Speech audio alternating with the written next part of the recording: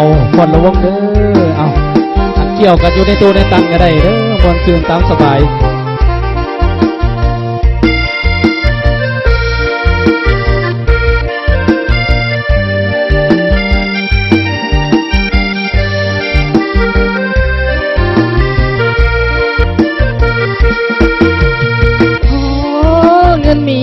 ไปเสียข้าว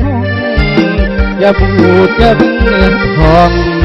ให้นอนด้วยความจำเป็นตามคำสัญญาจะมาหาเมียแต่เวทแต่แล้วมีเรื่องจำเป็นเห็นใจไอ้แน่ควรยืนกิน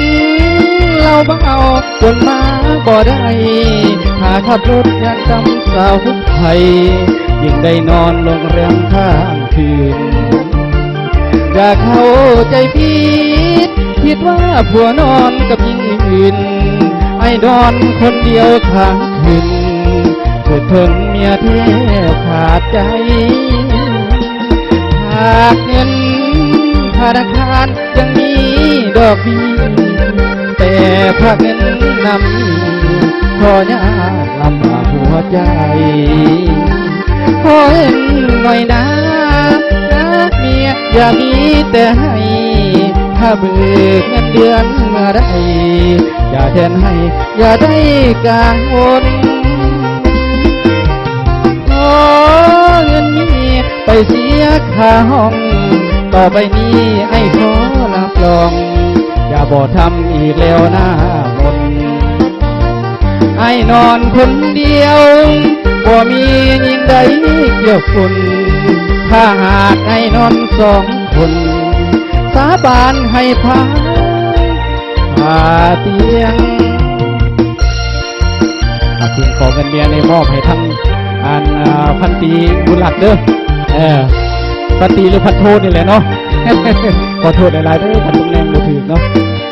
แล้วก็มอบให้ทั้งน้องวาลินกันเด้อเนาะและบดโตบดตังแถวๆนั้นเนาะหากเงินธนาคารยังมีดอกเบี้ยแต่ภาคเงิน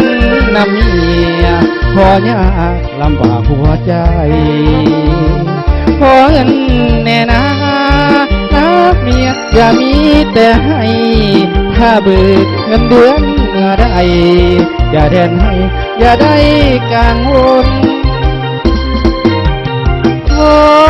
เงินเมียไปเสียค่าห้องต่อไปนี้ให้ขอรับรองอย่าบ่ทำอีกแล้วหน้ามนไอ้นอนคนเดียวบ่มียิ่งใดเกี่ยวพุนถ้าหากไอ้นอนสองคนสาบานให้พาเตียง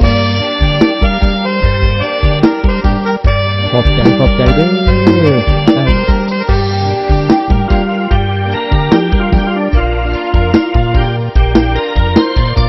พิเศษนอมอบให้ทั้งไอ้น้องเพื่อนนอผู้เดินทางสวรรค์เขตเวียงจันทน์นอเจ้า